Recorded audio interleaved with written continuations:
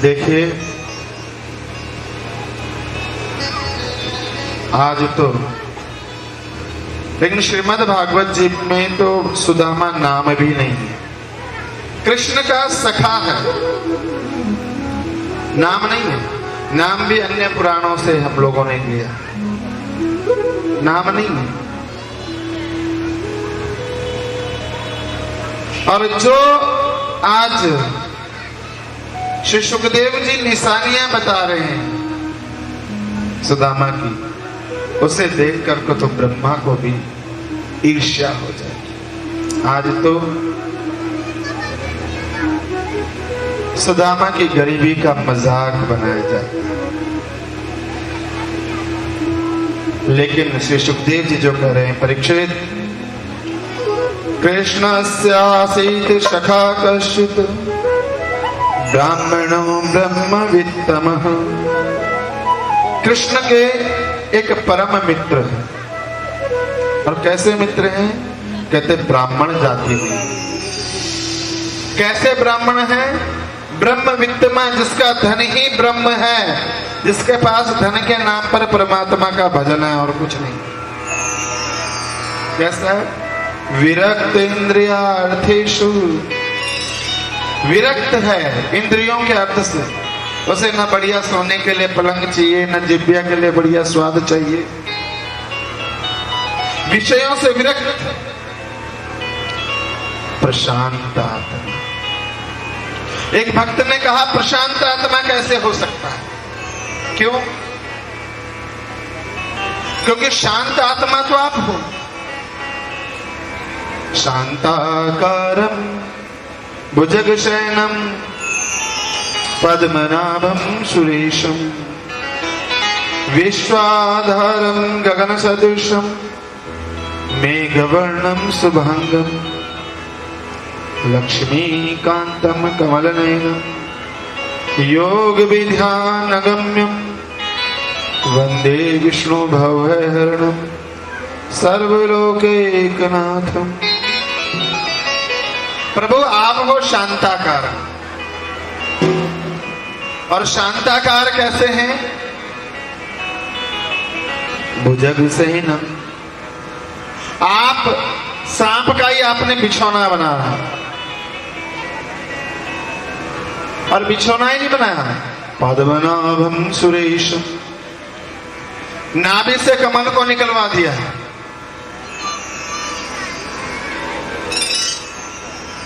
देखिए, हम क्या करते हैं, भगवान के जितने अंगों की तुलना करते हैं कमल से, कहते हैं चरण कमल, हस्त कमल, मुखारविंद, मुख कमल। क्यों करते हैं? क्योंकि संसार में जो भी पुष्प है, दूसरी चीजें हैं सुंदर से सुंदर, वो ब्रह्मा जी की बनाई, लेकिन कमल एकमात्र ऐसा है जो ब्रह्मा जी ने नहीं बनाया। ब्रह्मा जी तो कमल के ऊपर विराजमान, कमल परमात्मा की सृष्टि है। तब पद्मनाभं सुरेश, विश्व के आधार हैं, इस आकाश के समान है। जब आप शांत हैं, शांताकार हैं, तो प्रशांत आत्मा क्यों हो सकता है? भगवान ने कहा इसलिए हो सकता है क्योंकि प्रशांत है, मेरे ऊपर सब कुछ छोड़ चुका है। प्रशांत आत्मा, शांत चित्त, और कैसा है? इंद्रियों को जीत रखा है, भगवान की परम भक्ति में लीन रहते हैं। अब उनकी पत्नी के बारे में सुनिए। पतिव्रता पतिं प्रहम्लायता वदनेन सह दरिद्रादीन सीदमाना सवेपमान अभिगम्य च।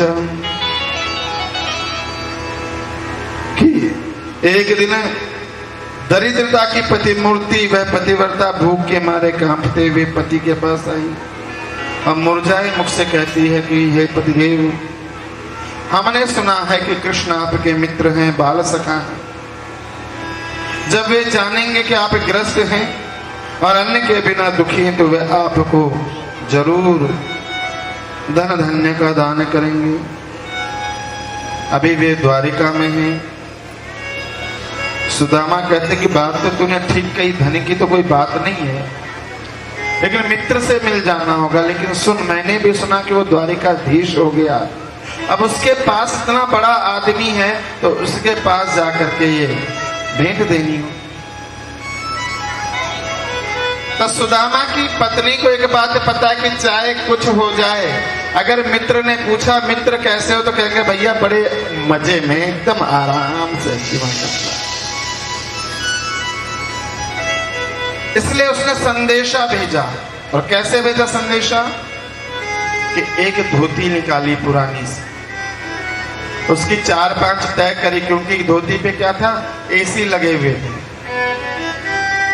समझते हो, इधर से छेद उधर से छेद, हवा ठंडी हवा चले वो एसी होता।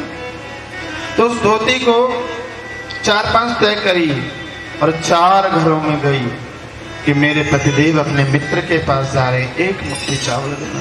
और 4 घर के 4 तरह के चावल बांध दी, ताकि कृष्ण को पता चल जाए कि घर में कैसी दरिद्रता। वरना सुदामा जैसे महापुरुष की पत्नी जिसे कहती, वो तो चावल की बोरी पहुंचा देता।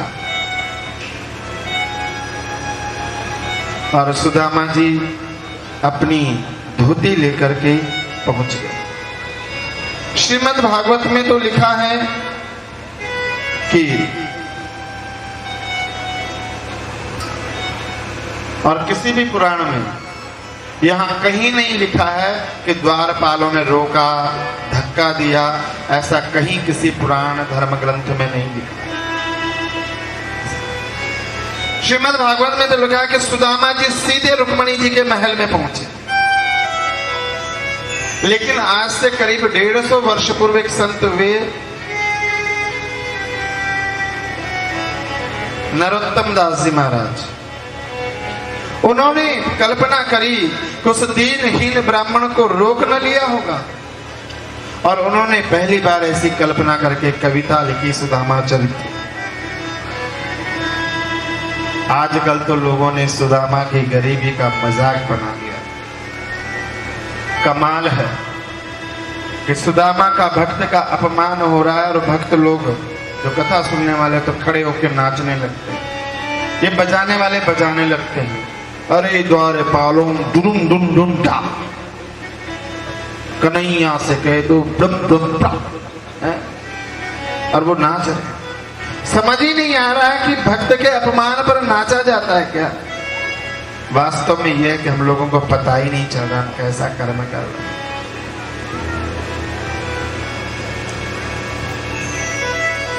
तो वैसे तो भागवत में यह लिखा है कि सुदामा जी सीधे रुक्मणी के महल में आए, लेकिन हम नरोत्तम दास जी की दृष्टि से देखते हैं, पहुंच गए भगवान के द्वार पर।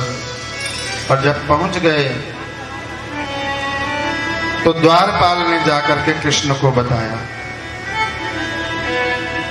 उसने पूछा कि यहाँ कन्हैया मेरा मित्र है, कृष्ण मेरा मित्र, से जाके कह दो। उसने एक बार ऊपर से नीचे देखते कहा, अच्छा तुम्हारा मित्र है। फिर दूसरे से कहा, देखने में तो लगता नहीं, पर द्वारिकाधीश कब कौन सी लीला कर ले पता नहीं चलता है, चलो जाके बताते हैं। तो द्वारपाल ने कहा, सुदामा की वेशभूषा का वर्णन भी, कि शीस पगान जगात जाने को आही बसे के ही ग्रामा, धोती फटी सी लटी दुपटी और पाए उपान हूँ कि नहीं श्यामा, शीस पगान जगा तन में प्रभु, जाने को यही बसे ही ग्रामा, धोती फटी सी लटी दुपटी और पाए उपान हूँ कि नहीं श्यामा, द्वार गयो जिर बलिए रहो जगी सौ सुधा अभिरामा, अपनो नाम सुदामा। और कहते हैं कि प्रभु कैसा, वो एकदम दुर्बल, धोती फटी सी लटी दुपटी और पांव उपाय नहीं सम, उसके पैरों का तो वर्णन ही नहीं कर सकते, ऐसे फटे हुए। और एक द्विज, एक ब्राह्मण दरवाजे पर खड़ा है महाराज, और बड़ी फटी फटी आंखों से यहाँ महल को देख रहा है। तो क्या कर रहा है कि पूछत दीन दयाल को धाम। दीन दयाल आपका धाम पूछ रहा, कौन से उसका मकान है, कौन कहाँ रहता है। भगवान ने बोला नाम बताया, कहते बतावत अपनो नाम सुदामा। और जैसे सुदामा सुना तब सुदामा को सुनते ही भगवान दौड़ पड़े। बोलो द्वारपाल सुदामा नाम पानी सुनी।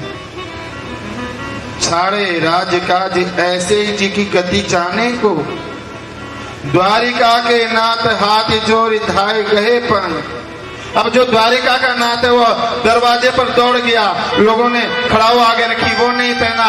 चल दौड़ते दौड़ते कपड़े गिर गए, कभी किसी से धक्का लग रहा है, किसी को नहीं देख रहे हैं। और दरवाजे पर खड़े हुए जो द्वारिका का नाथ है आज वो चरणों में गिर रहा है किसी के। भेंट पे लपटाए करे ऐसे दुख साने को। और भेंटते लिपट गए कृष्ण। आजकल व्हाट्सएप पे एक गीत बहुत बढ़िया चल रहा है, मेरे बचपन को यार सुदामा घने दिना में आए। वास्तव में वो बालिकाएं प्रशंसा के काबिल है, वो विद्यालय भी प्रशंसा के काबिल है, जिन्होंने कम से कम संस्कार तो दिए, जिन्हें पता तो है कोई सुदामा भी है, कोई कृष्ण भी है, मित्रता भी होती है। मित्र बोलो विपदा में मोए पहचाने को। कहते मित्र तूने विपदा में मुझे पहचाना नहीं।